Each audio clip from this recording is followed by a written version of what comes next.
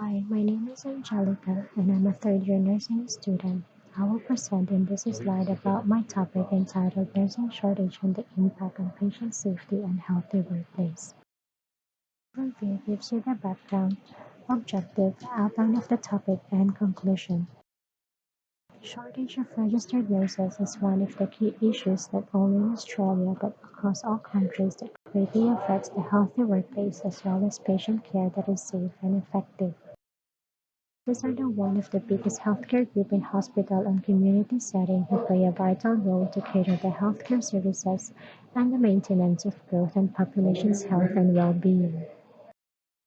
Nurses are the ones who provide 24/7 care to patients, thus they are the one who can prevent and lessen negative and adverse outcomes for the patient. But the question is, how many nurses do we need to have this done? The objective of this presentation is to provide the viewers and listeners an understanding of the relationship between shortage of nursing staff and its impact on patient safety and healthy workplace, as well as critically reflect upon the concepts and skills relevant to effective leadership. Further discussions will be provided on why nursing shortage is a problem, its significance, what is currently being done about it, and how can effective leadership resolve or mitigate the problem. Why is it a problem? Nurse staff Nurse staffing levels are indicator that adequate nursing care are being provided to patients. Low staffing of nursing levels is associated with adverse patient outcomes such as events that resulted to increased hospital stay and mortality. In addition, several adverse outcomes have also been identified including adverse drug events, falls, improper transfusions, and shock or cardiac arrest.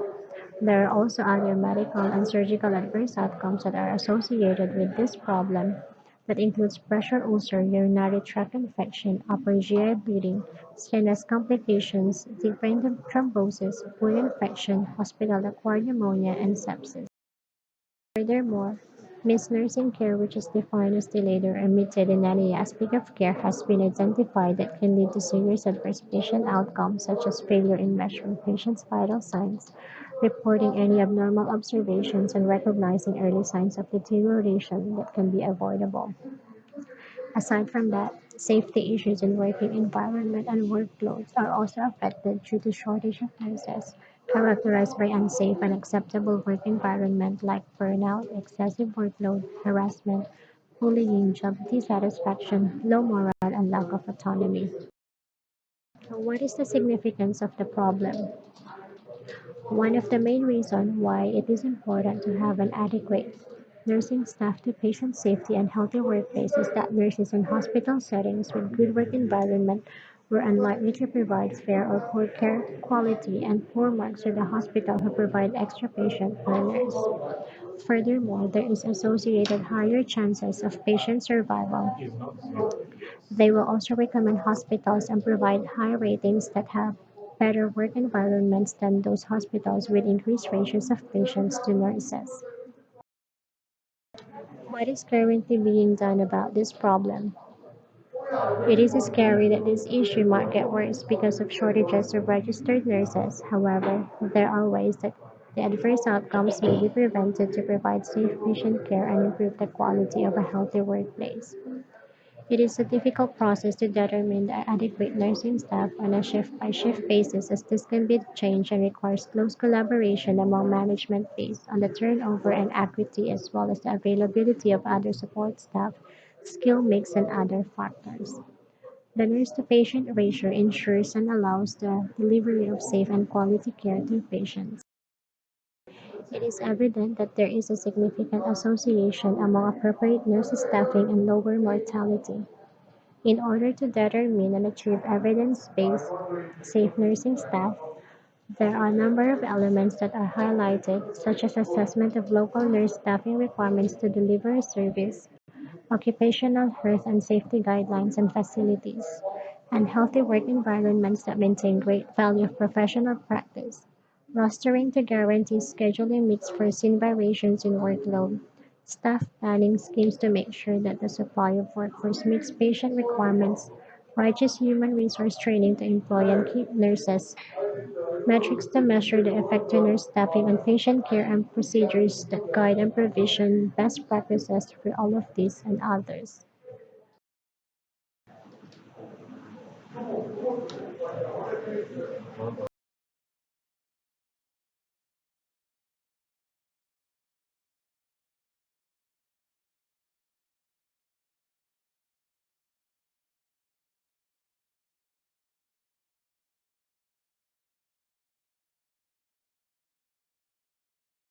How can effective leadership resolve or mitigate this problem?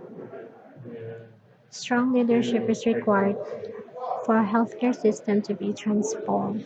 Leadership competencies and skills are needed from every nurses at each level among all other healthcare settings to apply in their profession and to collaborate with other healthcare professionals. An effective leader must understand and recognize the situation of having a shortage of nursing staff that their role is important to deliver safe and quality care. Nurses must lead to improve work processes, team up with others, and practice rules and regulations that allow them to work in their full capacity. What are my responsibilities as a new graduate nurse in relation to this concept? As a new graduate nurse, there are challenges that I may encounter after graduation.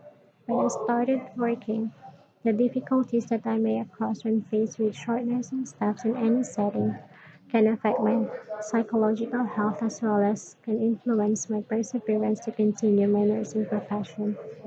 The expectation, workload, working environment, change of role, complaint culture, and support are some of the problems that I can identify.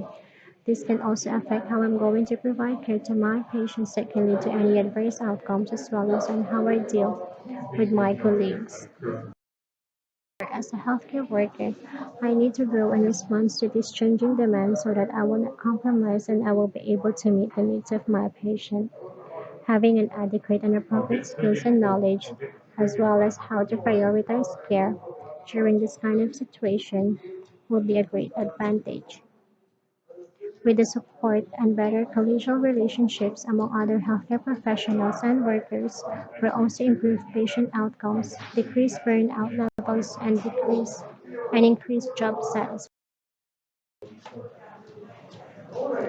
Information about the scope of practice and legal and ethical boundaries relevant to this concept. Shortage of nurses impact the quality of care being provided that aggravate the workplace concerns because of the changes in the delivery of service. The nursing staffs need to meet the tasks of high needs and demands, rapid admission, and discharge flow of inpatients during their susceptible and critical periods.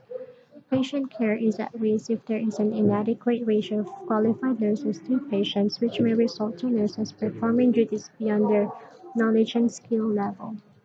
Higher risk of clinical errors such as medication errors and patients will need to wait longer in order to be attended by the nurse. Moreover, nurses are not able to undertake professional development, regular and ongoing training due to time pressures, which affects the quality of care. What evidence can I use for research and policies? The New South Wales Department of Health support the government to determine approaches to improve the efficiency and productivity of nursing staff in hospitals. The researchers have designed a study to examine the correlation of staffing of nurses and workload in perspective of the work environment to patient outcomes. Also, the New South Wales Department of Health reporting system was actively employing full-time equivalent positions and at the same time using casual staff including agency nursing staff. According to Australian Nursing and Midwifery Federation, registered nurses need nurse-patient ratios so patients can receive the effective and safest standards of care.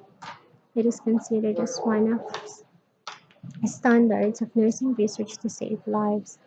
It is recommended in Level 1 for acute surgical or medical ward in public hospital setting that 1:4 is the minimum nurse-to-patient ratio on the morning and afternoon shifts. If there is high acuity of unwell patients in the ward, a nurse may be allocated a lesser number of patients while other nurses can take extra that requires less nursing interventions. How communicating information about this topic and the mode of presentation supports effective leadership. Nursing is a challenging and dynamic profession in which developing and identifying nurse leaders is one of the greatest challenges, requiring inspiring and engaging leaders and role models in this ever demanding and changing healthcare environment. Identification of positive leaders who possess the qualities of an evidence based leadership should be nurtured to lead a profession, and those negative leaders should be discouraged. In conclusion, nurses play a crucial role and perform countless duties by monitoring any medical and clinical deterioration, near miss, identifying errors, and understanding weaknesses in integral system and care processes to ensure patient safety that receive high quality of care. According to ANMF, until we stabilize nursing at a reasonable level of staffing and create good and supportive work environments, we are not going to succeed in reducing medical error, and we are not going to create the satisfaction that our public wants and the level of quality we would like to have. Thank you.